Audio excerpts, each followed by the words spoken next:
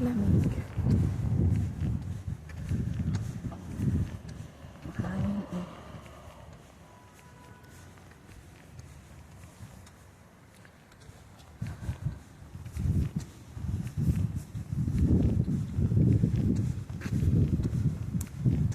Alas 6 na.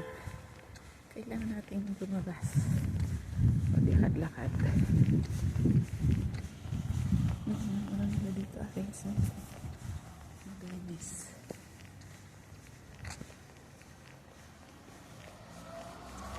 Ito pag tignan mo, abandoned style. Pero ano pa siya?